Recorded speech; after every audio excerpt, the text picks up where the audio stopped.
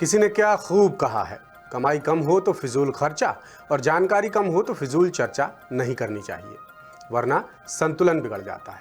इसका जीता जागता उदाहरण है हमारा छत्तीसगढ़। वो इसलिए क्योंकि छत्तीसगढ़ सरकार की माली हालत खस्ता है और पुलिस फिजूल खर्ची से बाज नहीं आ रही है।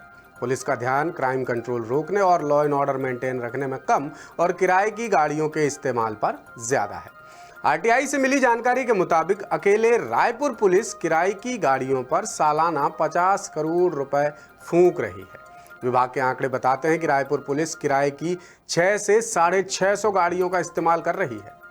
ये बात इसलिए भी हैरान करती है क्योंकि सरकारी खजाने से 40 करोड़ रुपए में खरीदी गई 400 बोलेरो कारें बीते 2 साल से खुले आसमान के नीचे सड़ रही हैं, धूल खा रही हैं।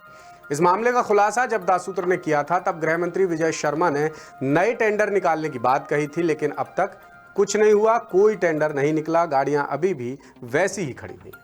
अभी से पुलिस की फिजूल खर्ची का है या मोटी कमाई का जरिया, जो भी है देखिए।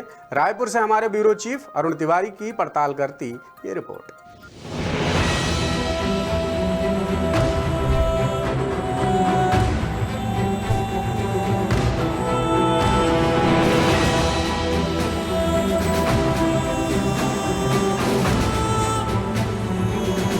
छत्तीसगढ़ पुलिस किराए की गाड़ियों के नाम पर बड़ी कमाई कर रही है। दासूत्र ने जब इसकी जानकारी जुटाई तो हैरान करने वाली बात सामने आई।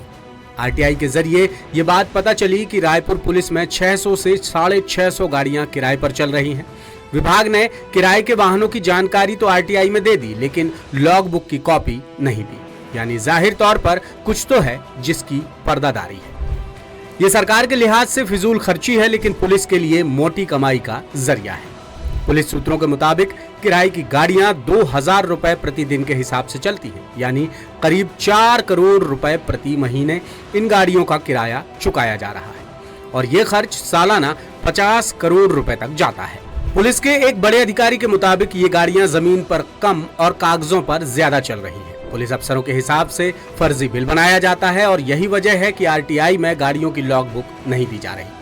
ये पुलिस की कमाई का बड़ा जरिया होता है। पुलिस के उच्च पदस्थ सूत्र बताते हैं कि छत्तीसगढ़ पुलिस जितना पैसा किराए की गाड़ियों में फूंक रही है, उससे 5000 नई गाड़ियां खरीदी जा सकती हैं। सूत्रों की माने तो 5 साल में किराए की गाड़ियों पर 250 करोड़ रुपए से ज्यादा उड़ा दिए गए।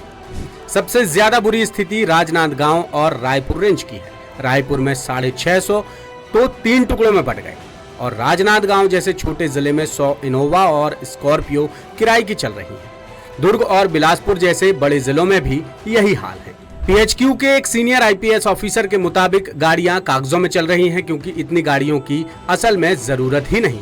इनमें से आधी गाड़ियां खुद पुलिस अधिकारियों की हैं जो अपने परिजनों और रिश्तेदारों या फिर टैक्सी वालों के जरिए चलवा रहे हैं। नक्सलवाद के नाम पर बस्तर में किराए की गाड़ियों का खेल शुरू हुआ था, वो अब पूरे छत्तीसगढ़ में फैल चुका है। पुलिस अफसरों के मुताबिक सत्ताधारी पार्टी के छुटभैया नेताओं से लेकर अधिकारियों तक का काफी दबाव रहता है, जिससे सबकी 2-2, 4-4 गाड़ियां कागजों में चला दी जाती हैं। कई आरआई अपने परिजनों के नाम पर ट्रेवल एजेंसी खोलकर बैठे हुए हैं और यदि सरकार ने किराए के इस खेल पर एक्शन लिया तो उसे करोड़ों रुपए की बचत हो सकती है। एक तरफ किराए की गाड़ियों पर करोड़ों रुपए फूंके जा रहे हैं तो दूसरी तरफ 40 करोड़ रुपए में खरीदी गई 400 बोलेरो कारें 2 साल से चलने के इंतजार में खड़ी हैं। इन गाड़ियों को चलाने के लिए अब तक टेंडर ही नहीं हो पा रहा है। रायपुर के परेड मैदान में खड़ी इन 400 बोलेरो कारों पर धूल की मोटी परत जम गई है। वाहन के टायर खराब होने लगे हैं, वायरिंग को चूहों ने काट दिया है। गाड़ियां खरीदने के बाद एक भी बार इन्हें नहीं चलाया गया है और 2 साल से ये गाड़ियां जस की तस खड़ी हैं और जर्जर हो रही हैं। गाड़ियों की खरीद के लिए जून 2024 में टेंडर जारी हो गया था। फिर दिसंबर में बीजेपी की नई सरकार बन गई। नई सरकार में डायल 112 सर्विस संचालन के लिए कई बार टेंडर की डेट आगे बढ़ती रही। टेंडर फाइनल होने पर नई कंपनी को काम सौंप दिया गया और जिस कंपनी को काम दिया गया उसके खिलाफ भी बीजेपी सरकार के पास कई शिकायतें पहुंचने लगी। लिहाजा सरकार ने कंपनी को डिफॉल्टर बताकर सारे टेंडर निरस्त कर दिए। दासूत्र में खबर दिखाए जाने के बाद गृह मंत्री विजय शर्मा ने ऑन कैमरा कहा था कि नए टेंडर निकाले जाएंगे, लेकिन अब तक ना तो नया टेंडर जारी हुआ है, ना ही इन गाड़ियों का कोई इस्तेमाल हो रहा है। लेटेस्ट, इन्वेस्टिगेटिव और इन डेप्थ खबरें देखने के लिए ज्वाइन कीजिए दासूत्र का व्हाट्सएप चैनल। सब्सक्राइब कीजिए YouTube चैनल, लाइक कीजिए फेसबुक पेज और पढ़ते रहिए वेबसाइट www.dasudr.com।